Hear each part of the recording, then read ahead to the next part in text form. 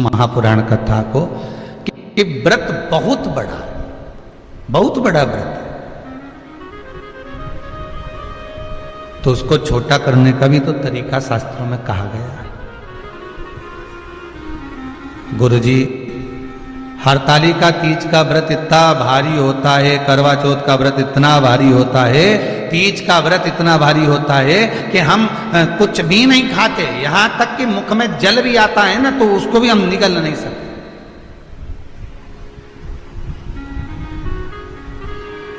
अब इतना भारी व्रत, और शास्त्र कहता है कि हरतालिका तीज का उद्यापन तो पहले होता ही नहीं, एकादशी का तो हो जाता है। और यहां तो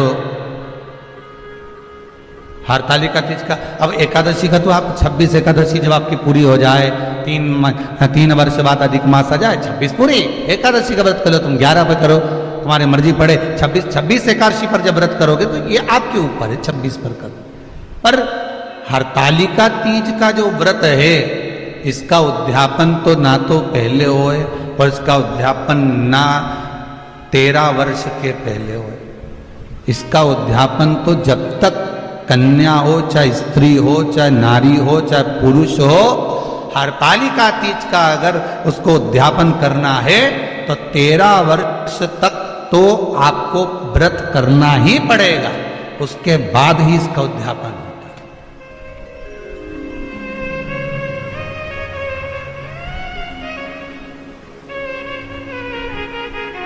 नहीं तो कई की माताएं तो बड़ी होशियार सोच के बैठी थी कि अब की साल उद्यापन कर, तो 13 वर्ष अगर आपके हो गए व्रत करते करते हरतालिका तीज का। हरतालिका तीज जानते हो ना?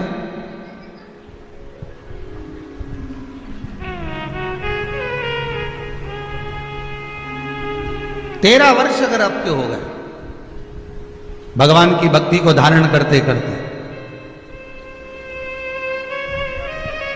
13 वर्ष अगर आपके हो गए हैं भगवती स्मरण करते करते, उसके बाद में आप बड़े प्रेम से, बड़े आनंद से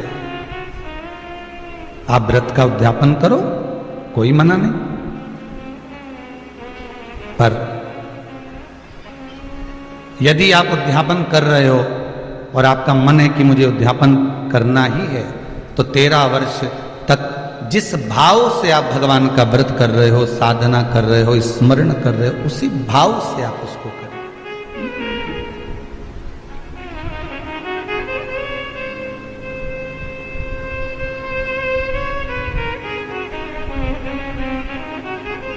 गणेश चतुर्थी के एक दिन पहले आ जाती है, सहज भाषा में समझ लो तीज को, हस्त नक्षत्र तृतीया।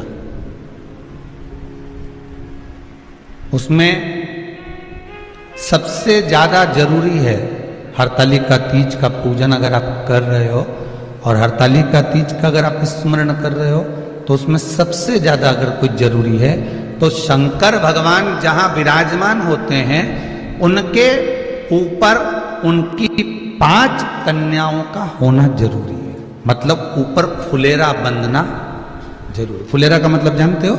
एक जैसे शंकर भगवान नीचे विराजमान है और ऊपर जो जलाधारी बनती है ना, तो जलाधारी की जगह पर शंकर भगवान की हरतालिका तीज के दिन जब नारियां पूजन करती हैं, माताएं पूजन करती हैं, कन्याएं पूजन करती हैं, तो उस पर जलाधारी की जगह फुलेरा बनता है, मतलब फूल की मालाएं उसमें लटका दी जाती है।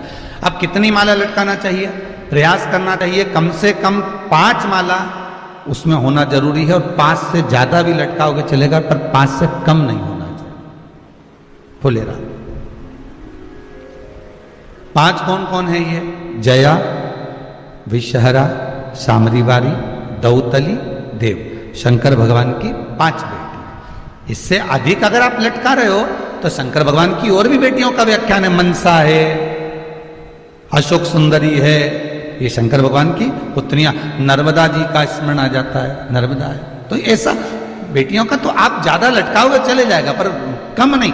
जैसे हरतालिका तीज का जो उद्यापन होता है, उद्यापन में सबसे मुख्य चीज क्या होती है कि जो भी आप वस्तु दान दे रहे हैं, जो भी आप वस्तु समर्पित कर रहे हैं, हरतालिका तीज के उद्यापन में जो भी सामग्री आप दे रहे हैं वो 5 होना चाहिए। जैसे फुलेरा का वर्णन किया कि फुलेरा 5 माला से ज्यादा होगा चलेगा, पर 5 से कम अधिक दान।